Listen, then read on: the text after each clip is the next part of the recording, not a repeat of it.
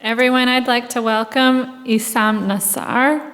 Issam is a Palestinian historian of photography and Middle Eastern history at Illinois State University and a research fellow at the Institute of Jerusalem Studies in Jerusalem.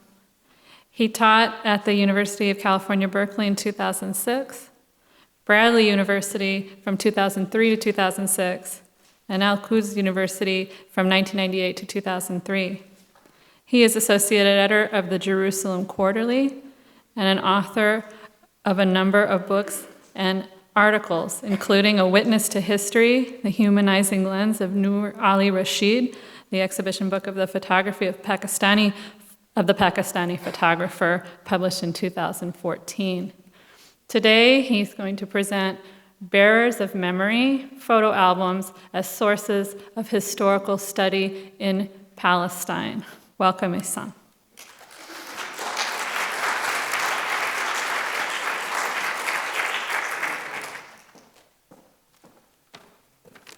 Hello. Like everyone else before me, I'd like to thank the three organizers, the three sponsoring institutions, and all the staff and the participants who put a lot of work into this event. I am very happy to be able to participate.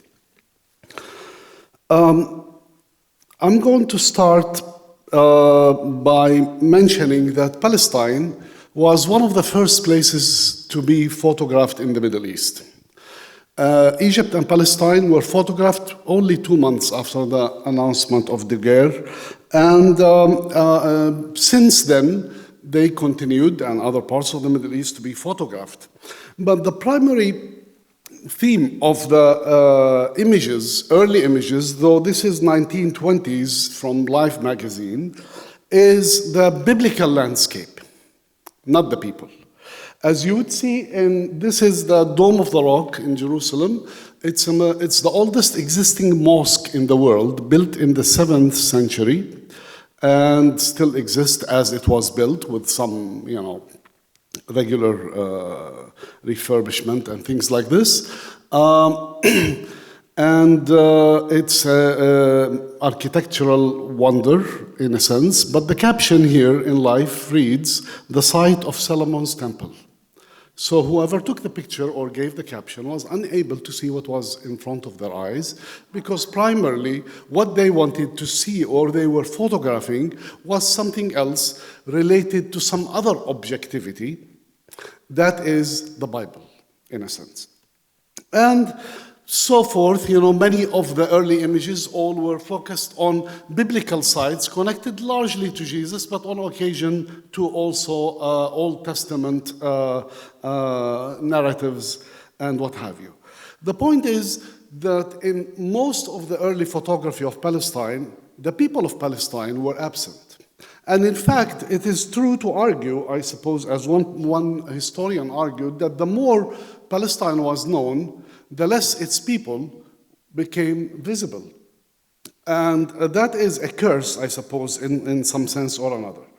Now, in the 20th century, the Zionist movement, or from late 19th century, early 20th century, not related to the early photography of Palestine, that was, Christian, biblical, European, also appropriated a similar image of the country, though with a different purpose and different kind of imagination. This is, for example, a very famous photograph from 1909, the laying of the foundation stone of Tel Aviv. At the time, a small colony. Now it is a city that has a population of half of the country. What you see here is, what's in front of us. And you see an empty land, a desert, basically, and a bunch of people who will eventually build a wonderful city. But had the photographer shifted his location a little bit, the location of the angle of his camera, obviously the photographer here is standing by the sea, looking towards the sand dunes, but had he taken the photograph from the other angle, let's say taking it from this particular angle, we would see the flourishing city of Jaffa, which was the largest city in Palestine at the time, in 1909 would have had a population of roughly about 100,000 people and an important port city with a major economy. So we continue to see this removal, so to speak, of the Palestinians, in not only physically, but also historically in the visual images in general. Now, to move real quickly here, as you know, Palestine in the first half of the 20th century, continues to this day, but in the first half of the 20th century went through turbulent times.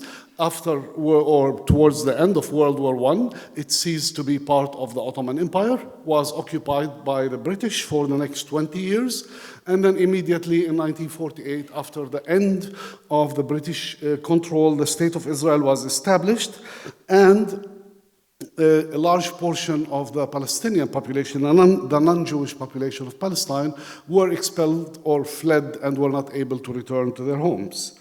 And unfortunately for the Palestinians, they were not able to build a state which has institutions such as archives, for example, and so no formal archives, including photographic archives, existed ever.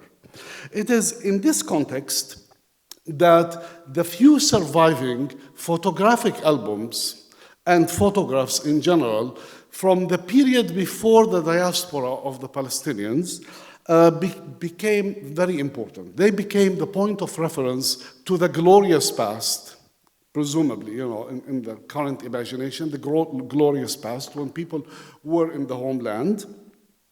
And they started to function as, in a way, as archives of memory, in some sense. Of course, photographic albums have problems in themselves. I mean, like everything else, they are like the archive. There is a level of indexability. There is a forced removal of the photographs from its original context and alienation of the photograph, and its placement within a new kind of narrative within the album itself. It has, in a sense, each album has its own historical timeline, shall we say. Now, in my studies, I am looking at a variety of albums, but today, for the sake of time, I'm just going to focus on one particular, peculiar, I want to say, set of albums by a Jerusalemite musician whose name is Wasif Joharieh. Joharieh was a musician, was an active, I suppose, member of the nightlife of Jerusalem in general. He comes from a family which, for a variety of reasons, had always taught its children to keep a diary for the next generation. So Joharieh kept a diary, but along with the diary, he kept a series of albums. A total of 7 albums devoted to different historical periods in which he kept next to the album a notebook explaining. I mean, he wrote captions in the album, but next there was also a notebook with long explanations and stories about each photograph. Now, the first of the albums, he called it the Ottoman Rule. And very likely, he collected this album either during World War I or even after the end of Ottoman rule in Palestine in 1908. However, we find peculiar signs in there in this private family album that presumably was going to go to his children, and it did, and to his grandchildren by now. But it's also organized in such a way as if it is a publicly published book, distributed book. On page 1, on the first page, we see a strange dedication to the Ottoman Sultan and his brother and the governor of Jerusalem. The problem is, however, not only is that there would have been never a chance for young Joharieh to ever meet the Sultan, or give the album to the Sultan. The other major problem is this particular Sultan was removed from power in 1908 when Johariya himself was merely a teenager, maybe perhaps 12 years old or 10 years old.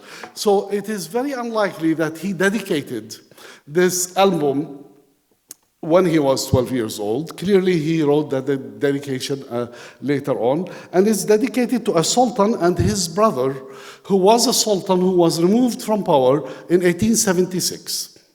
So it was not dedicated to the sultan that ruled the Ottoman Empire at the time of the creation of the album, or the possible creation of the album. And the same with Rauf Pasha, the governor of Jerusalem, who was not at the time, he was a governor of Jerusalem at the beginning of the 20th century. So it's a big, peculiar start, and in a sense, I wondered about it. Of course, he left in the album empty spaces with the captions for the pictures of the sultans and the governor of Jerusalem, which he never apparently acquired, but the empty space is there and the caption is already written. He goes on into the album. Now, I wondered about this, and there are probably a number of possible explanations. One is that maybe he was honoring his own father, who appears next to him in this picture, and his father was a lawyer in the Ottoman Sharia courts, that is the Islamic courts, in Jerusalem, during the reign of Sultan Abdul Hamid, and during the governorship of the specific governor Johariya dedicates the album to. Of course, that's in itself a very interesting story, considering today's times, because Wasif's father, Julius Johariya, was a Greek Orthodox Christian who defended clients in the Islamic law, which is probably something unheard of today, but that's altogether another story. Then the book starts with few pictures relating to the life of Wasif Johariya. He never tells us, the book I meant the album, he never tells us who the photographers were, although in many cases it's easy to tell because these are known images taken by known photographers, be it in Jerusalem or Jaffa or elsewhere. And they were not intended specifically for Johariya's use, such as this one over here, where he got a picture of the old city of Jerusalem, but he has an arrow to show where his house was. And then we move on to see an image of his father at his best over here, and his brother in the Ottoman police in Beirut. They're all carefully numbered, and there are corresponding captions, and in the notebook, long explanations. But this is the only extent through which we find Johariya or his family present in the albums. Visually, that is. Because from there on, he moves to document the mayors of Jerusalem over time, and I'm just showing you one, the mayor in his own time in late Ottoman period. But he has the pictures of the mayors of Jerusalem since the Jerusalem municipality was created in the roughly around 1870, a couple years before. And then he moves on to document the Ottoman leaders in the first album, highlighting their presence using well-known photographs of them taken by, in this case, by army photographers or army commissioned photographers. In this case of the military ruler of Palestine and Syria during World War I, Jamal Pasha, who was the commander of the Ottoman Fourth Army. And Johariyan's comments always, he has anecdotes about when he saw Jamal Pasha, when he himself was conscripted in the Ottoman Navy in the Dead Sea, which I don't know how much you know about the geography of that part of the land, but the Dead Sea is as large as a big swimming pool, practically. But yet, the Ottomans in World War I had a navy there, and apparently Jamal Pasha came to visit. And Johariya was very fond of the occasion, and we see him praising Jamal Pasha. However, ironically, Jamal Pasha was considered by the people of Greater Syria, including Palestine at the time, as a military dictator. He was often referred to as the bloodshedder, and often sometimes called the butcher. So Wasef Johariya praises Jamal Pasha, but he always has butcher before his name. So one of those other ironies, and then in the next page, and of course the visits of the other leaders of the Ottoman Empire during World War I documented in Jerusalem, but he moves on with all the praise to Jamal Pasha to show us the hangings of Arab nationalists in Jerusalem at the orders of Jamal Pasha, in Jerusalem and Damascus and Beirut at the orders of the Jamal Pasha. I will remove this picture in case it's disturbing, sorry. And showing sympathy to the victims of the violence of Jamal Pasha. The same thing in his comments about his role in the Navy, Ottoman Navy, he has nothing but disdain towards the Ottoman army. Yet all the pictures he have in his notebook are of officers looking at their best, basically. And so he has this ambivalent relationship with the Ottomans. The first album ends with a picture of this surrender note and a famous photograph, famously known, published everywhere in every book about the history of Jerusalem. You will see this photograph. It's a photograph taken by Lars Larsson, who was a Swedish photographer resident in Jerusalem, part of a group called the American Colony, a missionary group called the American Colony. And this picture appeared in many books in English and other languages, and most of the time it appears with the name of the two soldiers who encountered the mayor of Jerusalem, who was looking for the British in the mountain in order to surrender the city. And the date was December 9, 1917. The interesting part about Johariya is he lists, and I don't know if you can see the writing, that's number 12, one name, and he numbered all the people present, but not the two British soldiers. Johariya actually tells us the story of who everyone in the picture except for the two British was, and where did they get the white sheet that became the surrender flag that is now in the British Museum, or War Museum, I'm sorry, Imperial War Museum, and tells us the story of everyone present in the picture except for the two British soldiers. It's a way of looking at things from another perspective. It is, Johariya facing the Western colonial objectivity of naming the two British soldiers only, but no one else. Johariya continues in his second album, which is devoted to the period of the British military rule in Palestine, 1918 to 1920. And again, he starts his album with the photograph of Sir Ronald Storrs, who was the military governor of Jerusalem, or Palestine at the time, but the title was Jerusalem, and whom Johariya tells us a lot of anecdotes about his relationship to Storrs, yet continuously cursing the British for passing the Balfour Declaration, for favoring the Jewish colonization of Palestine, for excluding the Palestinians from government, and for, believe it or not, partitioning the Ottoman Empire.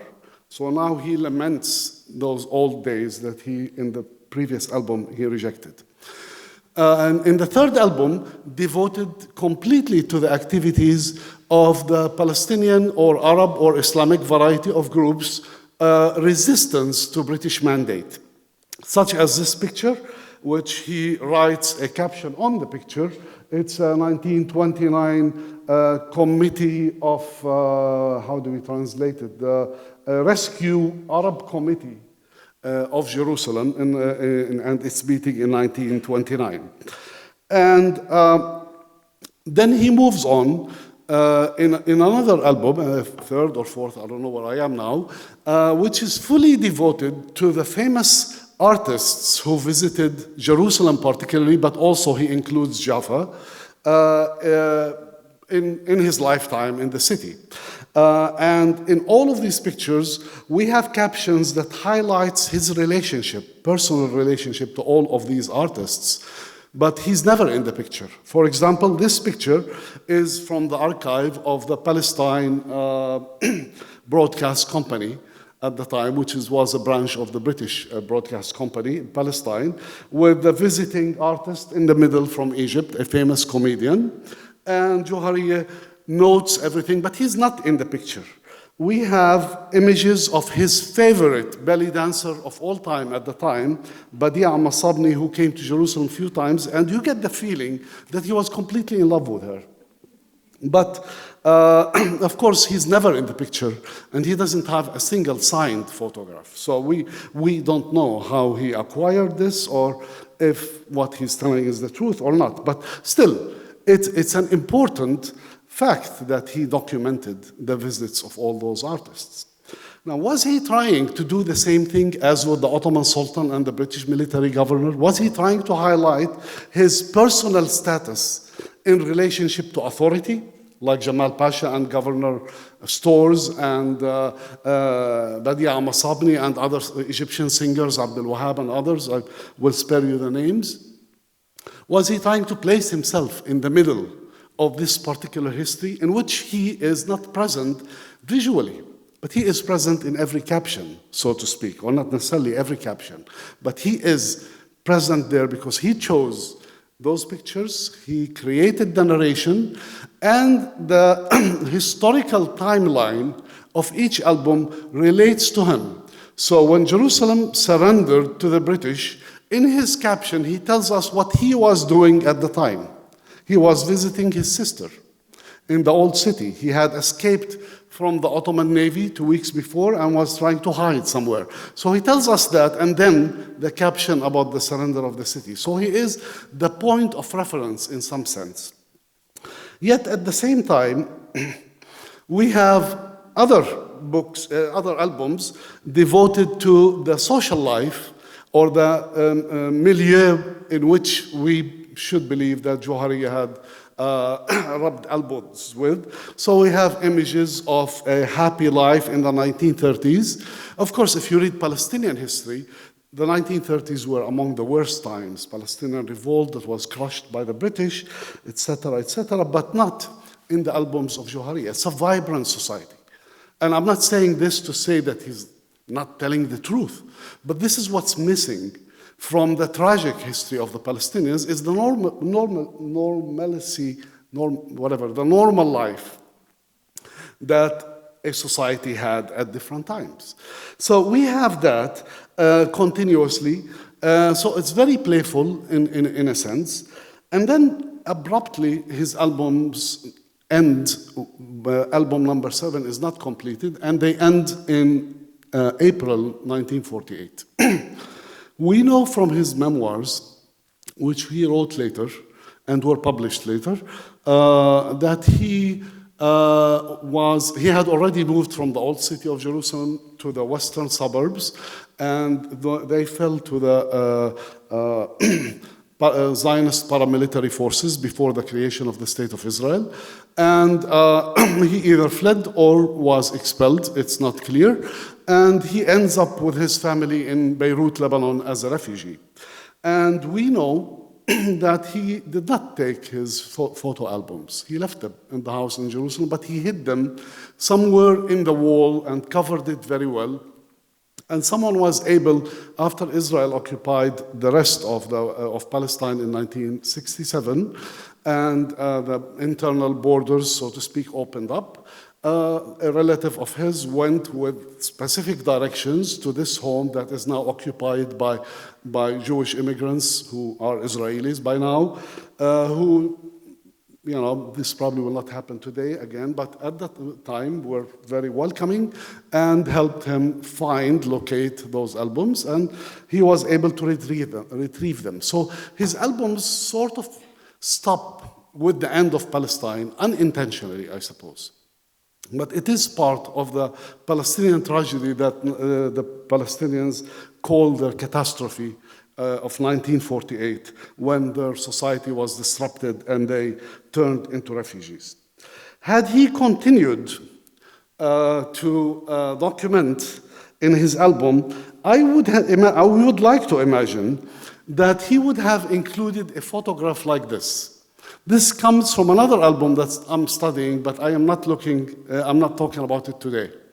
And this is the last photo in one album, the family album of a middle-class lady from Jerusalem who left Jerusalem in 1948, never to return.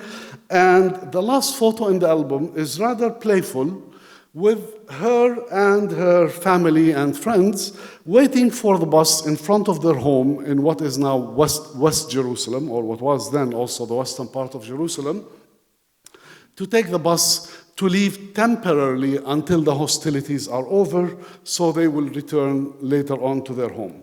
This will be the last time she ever saw her home. She never returned, and she passed away in the 1970s, and none of those people, as we know, returned. So I would very much like to imagine that Johari's description of the major drama and rupture in Palestine would have very much been along the lines of this image, more or less. Now, what do I conclude from this?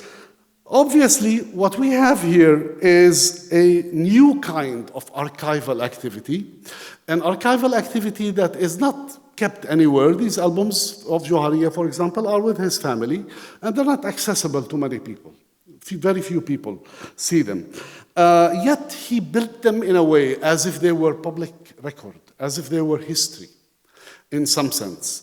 Those albums and other albums became eventually part of an important element that feeds into the Palestinian collective memory of how life was when there was a Palestine.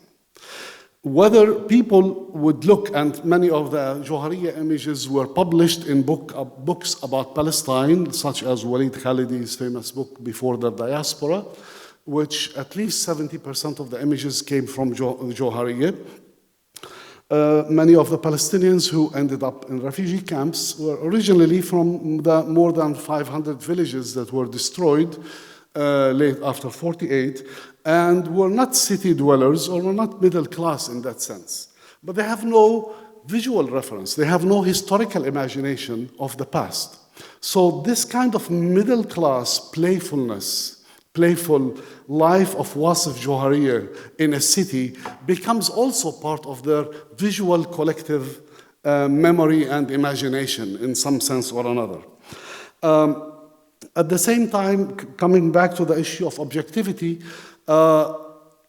Johariya's albums go against the grain of the visual history and the historical narrative of authoritative narratives of the powers to be it the British Mandate imperial system, or be it the State of Israel later on, because they basically ignore, with the exception of the leaders, there is very little documentation of Zionist life. I'm going to use Zionist life as opposed to Jewish life, because there are many Palestinian Jews in the albums of Johariya. He was part of a musical group that had Christians, Muslims, and Jews.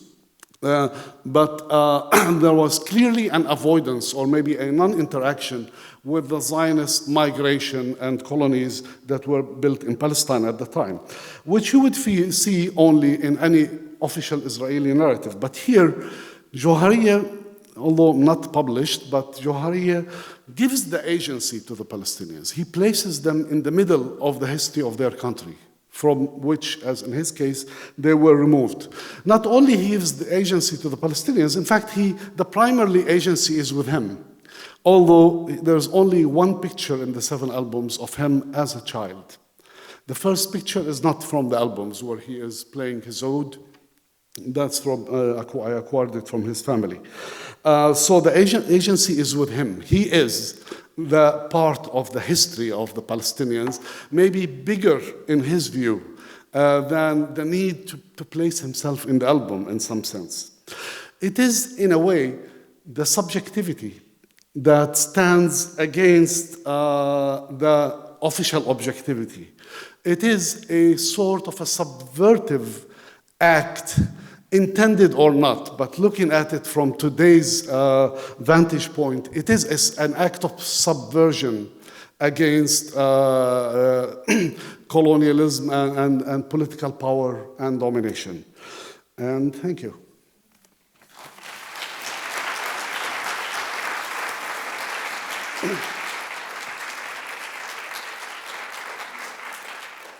Issam, can you hear me from here? Okay. I changed my strategy. The talk show host changed her strategy, and I'm going to stay down on the floor. I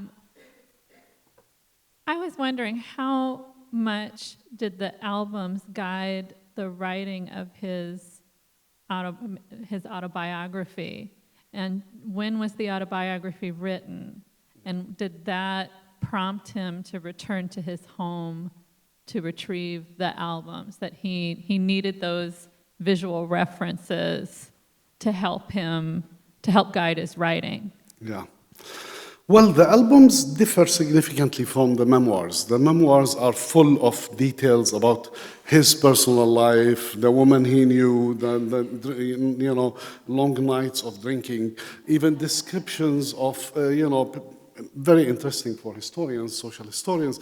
He even has a description of the Navy, Ottoman Navy doing hashish in the Dead Sea area, and he elaborates on the dilemmas of there was no sugar at the time, and to use his terminology, hashish requires sweets, I guess.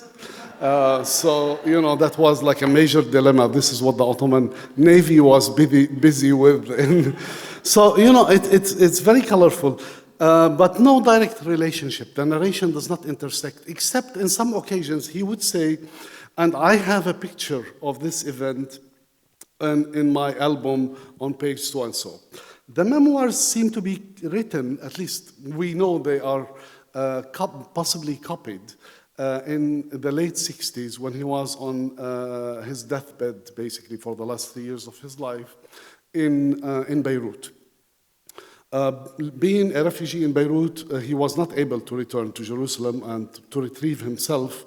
Still Palestinians are not allowed to return. But he had a brother-in-law, I think, in Jerusalem, who was able to retrieve, followed clear instructions, and this is before. It was really a complex process, because he had to send instructions with the Red Cross. There was no internet or phone connections between Lebanon and Israel at the time. That was really complex. So the albums are kept as they were from the days of his life in Palestine, while copying his memoirs or recopying his memoirs, lots of things must have changed, specifically in the tone.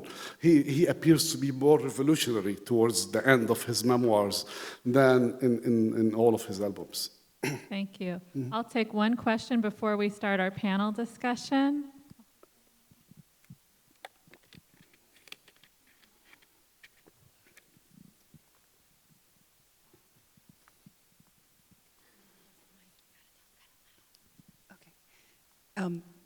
Thank you so much for your talk. It was just really wonderful. And some of the images remind me of the kind of images that the Arab Image Foundation has in Beirut today. And I'm wondering about the digitization and the sharing and the preservation of some of these images that show a much more layered and nuanced understanding of Arab life historically. Thank you for that question. The Arab Image Foundation, for those who don't know, is an institution that exists in Beirut with the mandate of collecting and preserving family photographs from the Arab world, established in 1997. And it has become a massive archive Relatively speaking, of course, this is the word massive should not be used here when you hear that in our collection we have a million images, but we have significant number of images. And many of them, since they are primarily family photographs, resemble those used by in this presentation. The Johariya collection is not part of the Arab Image Foundation. It's actually still kept with the family who's now, we're dealing with the grandson generation who lives in Athens, Greece, and still not sure what to do with the collection, whether to donate it or sell it, or so. There are all these questions, and my accessibility to it is challenged now because 10 years ago when I was working on it, it was his father who was alive and was very interested in the process, but the grandson is not as interested. However, the overlap comes from the fact that Johariya used many known images at the time. He probably bought them directly from the photographers or got them as a gift, as in the case of the leaders. Actually, he has a signed photograph from governor's stores. It doesn't say Wasf Johariya, but it's possible that he got it from stores, or maybe someone else got it from stores. But so there are these relationships. Now, the Arab Image Foundation is probably the largest, but there are a number of initiatives in the Arab world now to preserve the photographic legacy and history of the Arab world and the Middle East in general, though the focus is largely on the Arab world, where photographic archives are either non-existent or basically are in large number of photographs in humid basements in Cairo or in other places. And over the last few years, over the last decade, I would say, more and more similar projects emerged everywhere. And the foundation, with the help of the Getty Foundation, was able to organize a series of workshops and short courses for archivists and librarians from the Arab world and also from Iran. And I'm not sure if there were anyone from Turkey. So the work is taken off, and I'm biased, of course, but I would say it is a pioneering project in that sense. Thank you, Issam. So I'd like Casey, Frederica, and Issam to join me on stage to begin the Q&A. I'm going to launch the discussion with a question, and then I will make my way back to the audience with the microphone. So thinking a little bit about the discussions yesterday and this morning, I wanted to talk a little bit about, I think that albums or aggregations of images and information are a common thread amongst these presentations.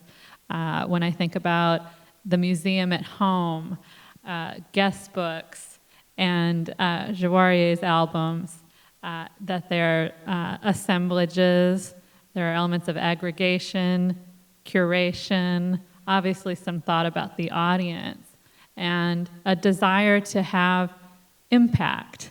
And I'd like all three of your thoughts on those concepts or feelings or the interaction with the viewer that they were trying to elicit. I'm going to the audience.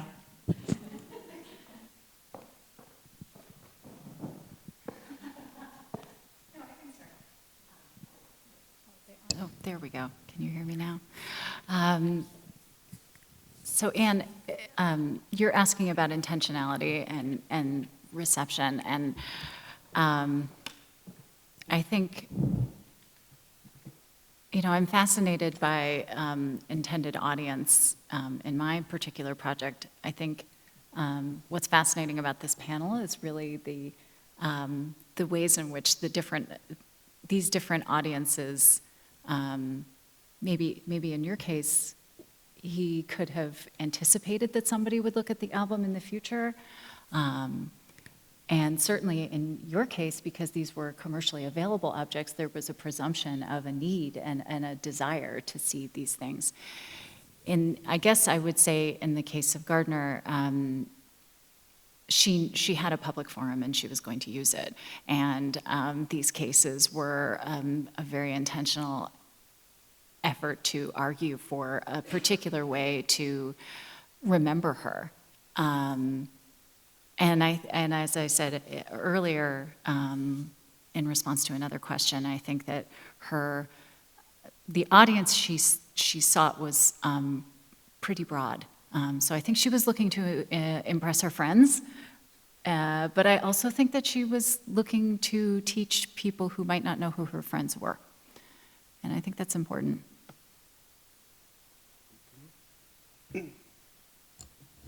Yeah, I think it's highly interesting that concerning these art albums on art and painting, people had two possibilities, and both were served by a commercial industry. On the one hand, to put together their private albums as they liked it, and I had a look at these Getty albums at the Getty Museum last year when I was here, and it's really this Italian salad. So you have a very special kind of sentimental, emotional pictures that come again and again by Bouguereau, for example. You have one album, this is full with naked girls, and even the curator was surprised because it's entitled Nudes, and then it was completely filled with nudes. And artwork, so paintings of nude women. And on the other hand, then you have these books called albums, and I think the publisher chose this title in order to give the impression to the people that these are still kind of private albums, but on the other hand, they were made by publishers, by art historians, in order to guide people also away from this very messy kind of private collecting. And this is very interesting for art historians, I guess, to see these tensions between the private taste and the taste how it should be.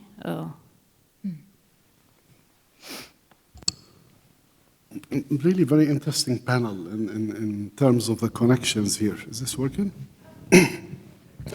I was thinking a lot of my project when you were talking about the Gardner collection, though there is no, not much similarities, except in the fact that a person was interested in collecting. Maybe my person is with limited means and had no possibility of establishing a museum, but he clearly in his papers always referred to everything he had as the Johariya collection. So he would not say the albums or the writings, so he would say the collection. So there was some sort of intentionality, I suppose, that he was setting up some sort of project at least. And my guess, of course, in this case, that having photographic albums in the house on the table for the visitors to see, in a city like Jerusalem, where visitors do come from everywhere, probably was, I don't know if good enough, but was significant, certainly, in placing him on the local map as an important figure in some sense or another. So he had audience, not clear who they were. And in his memoirs, he refers to certain visitors who wrote comments on his, autograph. But that we've never seen. So obviously people came and looked at either the images or something else, maybe listened to his music, and wrote something about their appreciation. Yeah, I just wanted to add, as you were talking, I was thinking about one of the things that I think has dogged album studies has been this pretty narrow definition of the private. And I don't know, this isn't necessarily about photography, but if anyone here is familiar with Ellen Gruber-Garvey's Writing with Scissors, one of the things that's really terrific about that study is that she really demonstrates how scrapbooks made their way into archives, and didn't just make their way magically, that, you know, people intentionally created scrapbooks and then donated them to, you know, major institutions so that their collected memories and their personal assemblages would be a matter of public record and access for the future. And so I think one of the things that we're coming around to in talking about these compilations is that maybe they were more forward-thinking than we've been able to see, you know, and one generation's audience could be just the beginning of a much bigger one, depending on, you know, who inherits the album or what the specifications were for its future use. Yeah, I think this has been a remarkable morning with great variations, but also interesting connections. I want to get back to Professor Nassar's topic and to ask, do you think that the reason there's a kind of separation or truncation between his memoir commentary and the album itself? And by the way, I wish we had seen at least one image of either a double page or a single page and not just photographs. I'm not sure why we didn't. But that if he was going to have, over time, many different kinds of visitors to his home, or anticipated that, meaning Muslims, Christians, Jews, Palestinians, Turks, Greeks, Americans, British, that he would have the chance to decide how much he wanted to express his own personal vision with this visual array, which is in many ways multivalent and left ambiguously silent in the album page, if I understand this correctly. Yeah, an interesting point, and I agree with you. I should have included images of the notebook and from the album pages themselves, where you have 4 or sometimes 6 pictures. Yeah, it's, you know, he is a peculiar character, and he appears to be like, you know, he wants to present himself as a storyteller of the city, so to speak, which is a tradition in you know, the Middle East, when people do have, you go to the coffee house and you have a storyteller that's before TV, so reading part of the story every day. So he wrote his memoirs along these lines in some sense. The political is there, but it's not very clear. And, you know, as I said, he's so ambivalent. And the Zionist project is not there. I mean, you know, the picture of Tel Aviv, this is from other sources, just trying to make the point. But there is nothing about the Zionist project, nothing, you know, the only political references are regarding specific people that appear in the pictures or in the memoirs. But you raise important points. I don't know if I can fully answer, but it's something for me to think about. Thank you.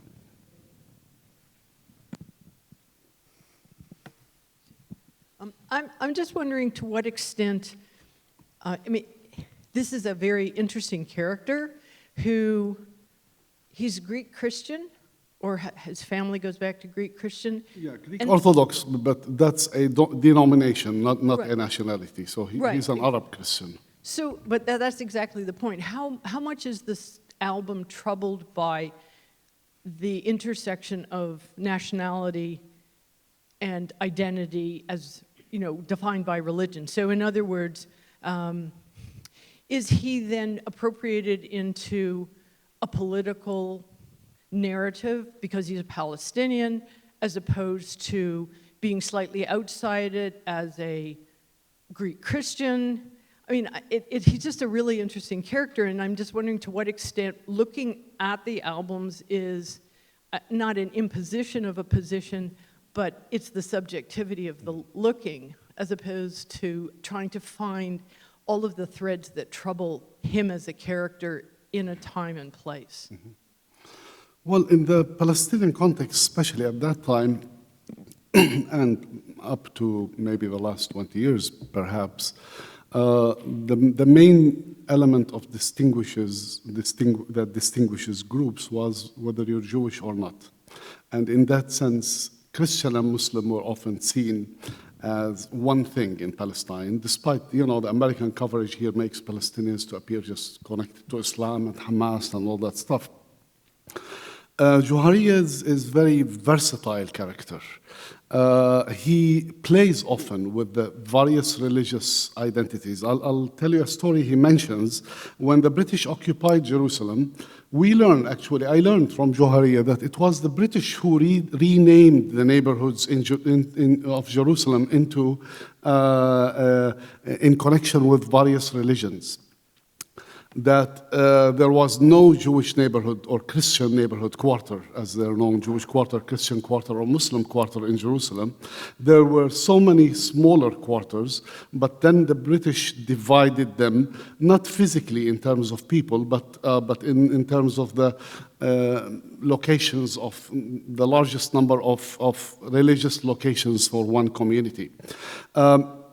Johariya mentions that the British imposed a ban on members of various religions from entering the holy sites of other religions.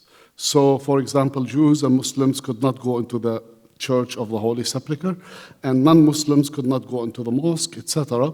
And he tells the story of how the British put Indian guards, their colonial soldiers, at the entrance of the mosque, and how he and his friends, 3 of them, went to the mosque, and the Indian asked them, if you're Muslim man, he actually uses that term, and Johariya, the Christian, said yes, and then the Jewish guy said yes, and then they turned to the Indian and told him about the Muslim guy that he's Christian. So he plays with these things in a way. And of course, we see in his musical record how he played regularly in the Purim Jewish festivities, in the Ramadan nights for Muslims, in the Christmas parties. So he had he was part of a social fabric that changed dramatically after that period. So there isn't any specific Christian identity there. In fact, if there is any, it would be that as a Christian, he perhaps felt more freer to be critical of the clergy, particularly, more than anyone else. So he does make fun of the drunken Greek Orthodox priests and things along these lines.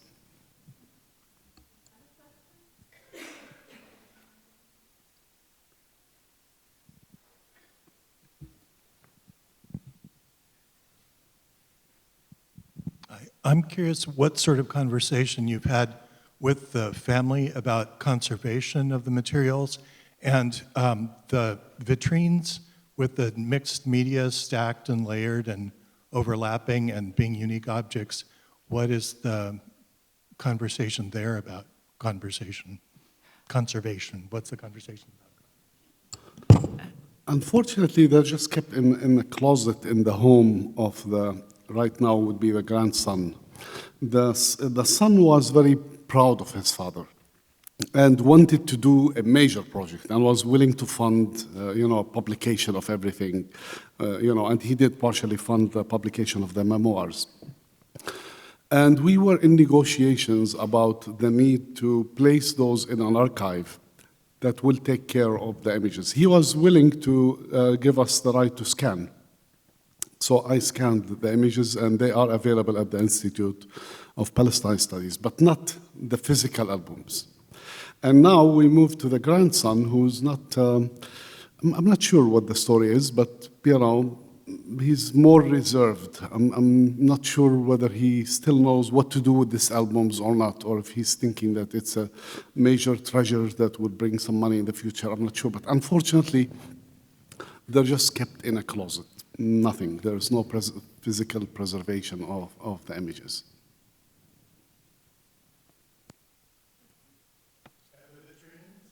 Oh, okay. Sorry. So in terms of the institution, I think you're asking what our plans are for. So currently, there's a mix of original and facsimile material in the cases, and it's hard to explain, but different cases have had different levels of intervention. I guess I would say going forward, we have a new director. I just did a tour of the cases with her about a week and a half ago, and we had a pretty intense conversation about facsimile versus original. And, I know from my good relationship with my friends in conservation and the archivists that most of us would like to see facsimile, but we would also like to see a recreation of the original aesthetic, as I alluded to in my talk. That's going to require a lot of work, and it will also require some funding. So I would say, in sum, most of the objects that have been really damaged by 100 years of being on view are now off view. We have some beautiful drawings by Whistler for the Peacock Room, just, little sketches that are pretty fried by sunlight. And so they're a facsimile in their place, but it's kind of it's unfolding right now. I don't have a clear, plan to present today for you. Sorry to say. Any other questions for any of our panelists? Well, can I ask about the photograph of all the people with the ladies having collars? It was a party scene. I think this is for you. Yeah, it's a masquerade party in the house of actually he was a Palestinian, one of the leaders of the Palestinian movement in the mid-1930s. So you see him always appear in meetings with British officials or in demonstrations. But in the Johari album, and I guess I failed to comment on it, he only appears in his famous, apparently, masquerade parties that he and his wife used to throw.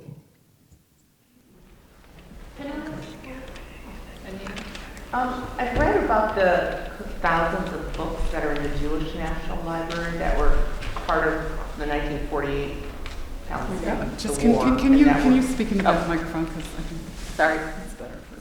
So I read about the thousands of books that are in the Jewish National Library that were seized from Palestinians during the 1948 war. Are there any visual records in that? Because you read about the books and the journals, and I've never read about photograph albums or photographs. In the Israeli National Library, which in the branch that is hosted at the Hebrew University in Jerusalem, there is a whole section has a call number that is, AP, Abandoned Property. And it includes all the books and materials looted from Palestinian homes or homes that were left by their residents in 1948. As far as I know, nothing is digitized, and they're not organized well. A colleague of mine, a good scholar, found among the property deeds a memoir by an unknown Ottoman soldier during World War I, just buried between the property papers. So they're not carefully studied. The photographs are not part of this. Many of the photographs were either ended up in the market, with antiquarians, and you still can buy some of that, or went in terms of not family photographs, but in terms of collections of studio photographers that, abandoned their studios. The negatives are sometimes to be found in various Israeli or Zionist archives. There is a Zionist archive, or the Jerusalem city archive, or the Tel Aviv archive, So many of those places, depending on the location and the circumstances, ended up in different archives, and often as a photographer unknown or unidentified. Although in the last 10 years or so, more and more Israeli interest in in the abandoned Palestinian documents is taking place among young scholars, and it started to become more and more visible somehow. But accessibility is very hard in general.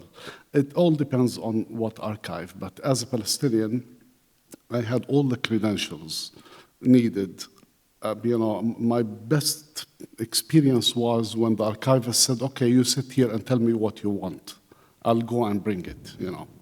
And of course, I had no answer because I had no idea what I want. It's not like I know what's there. So accessibility is related sometimes to your nationality, the mood of the archivist, not just nationality, your political affiliation. If you're known Israeli radical historian, let's say, you probably will not have the same access as an establishment historian or something along these lines. Thank you.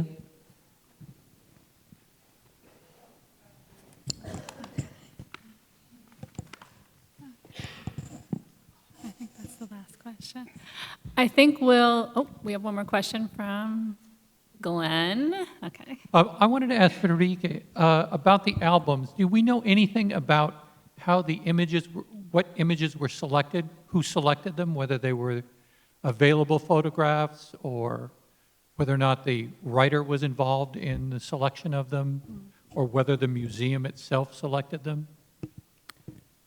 These photographs were produced by the publisher himself. He started as a producer of photographs, and so he owned himself a collection of prints and etchings and completed it. And so he had always this primary material at hand, and then he could make his photographs. And this he made in a kind of factory. He had lots of employees, and it was really a company, not only one photographer. And I could observe that he started with a certain stock of old master paintings after etchings and lithographs, and when he started to publish the albums, he enlarged this stock. So you have an immediate connection between publishing these books or albums and the loose photographs he sold then too as carte de visite and cabinets card. Single, you could buy them for a couple of pennies. It was really cheap. And the selection of the illustrations for the books and the relation of text and illustration is very interesting. I think he made it together with his art historian or art critics. This must have been a cooperation, as it's sometimes mentioned in the books itself.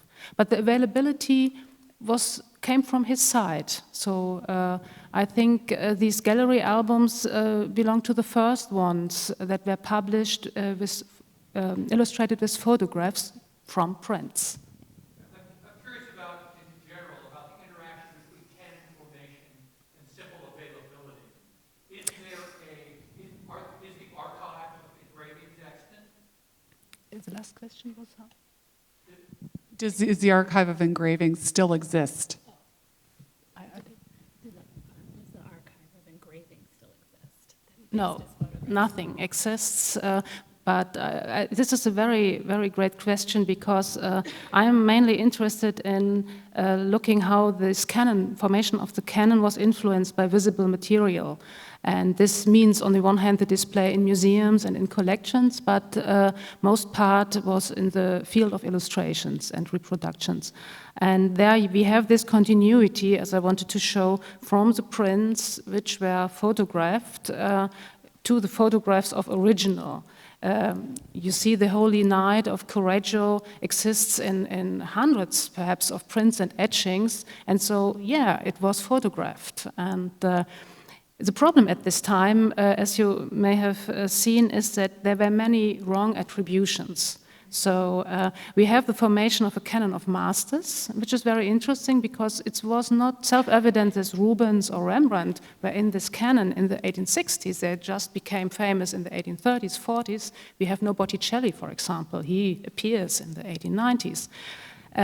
It was much more difficult with works of art because there we have these very optimistic attributions, and half of the Titians you could see were not Titian, and or copies made after prints hanging in the galleries in huge oil formats. So it's a very complicated history concerning the paintings.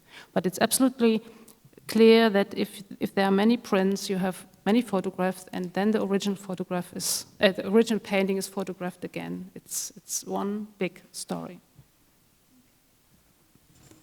Steal this microphone here. Okay, so we're gonna. Costanza. I have comments more than a question.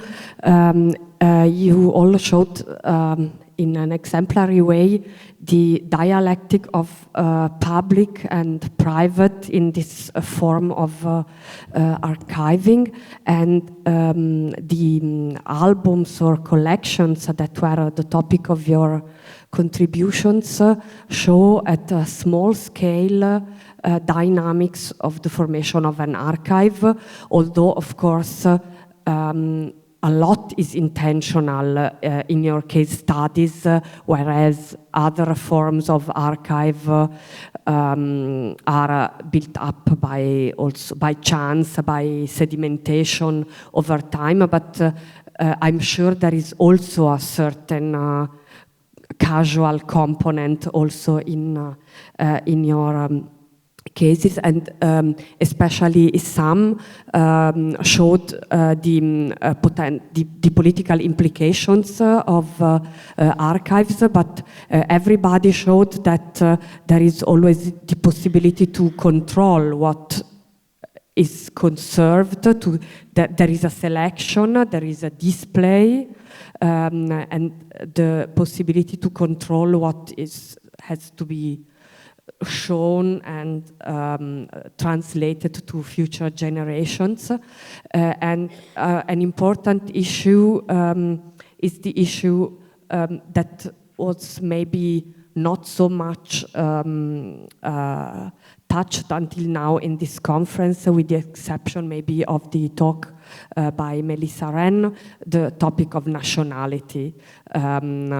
Issam, you said that as a Palestinian you have access to certain archives but not to other ones, and I imagine there is no Palestinian National Photo Archive. There are probably digital initiatives. I know in another but not so far area, some Kurdistan photo archives online and these kind of things. And this is again a very problematic issue and very problematic field, because in a sense it is good that memory is restored to the original owners, maybe through a digital exhibition, I don't know, or a database. And on the other side, it is a phenomenon of our days, and you also mentioned it in an implicit way. There is the danger that this kind of material that is now coming from closets from all over the world is put at the service of national programs. And so I think this is also a very important issue, and it is of course very strongly related to the paradigm of objectivity. This material can be put at the service of national projects because it is meant to be an objective tale or I don't know, narrative of the past. Maybe you can comment this, I don't know.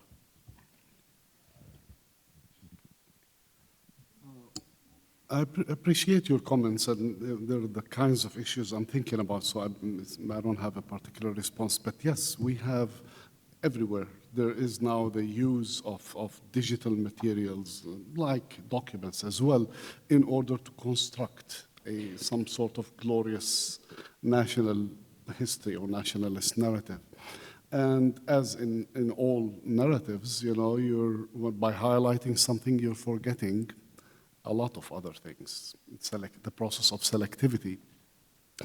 And in the case I was dealing with, it's still in the context of the personal, private subjectivity. But I think with time, as time goes by and the Palestinians will build more and more digital archives and things like, and will use these images, this might become part of the new objectivity, which will have to be challenged. But at the moment, it's a useful tool to poke holes in the dominant objectivity, that presumed objectivity. But thank you for the comment. I hate to jump in and just cut it all off, but we have our lunch break. We're way into the lunch break at the moment. I'd like speakers to meet me in the lobby, and the rest of you are welcome to enjoy the various cafes. Your conference badge gives you admission to the grounds and galleries. In the interest of time, fortunately, 2 of our exhibition halls, the Library Treasures and the Huntington Mansion, aren't that far from where we are, so there should be some time to run over there, and we'll see everyone back here at 2 o'clock. Thank you.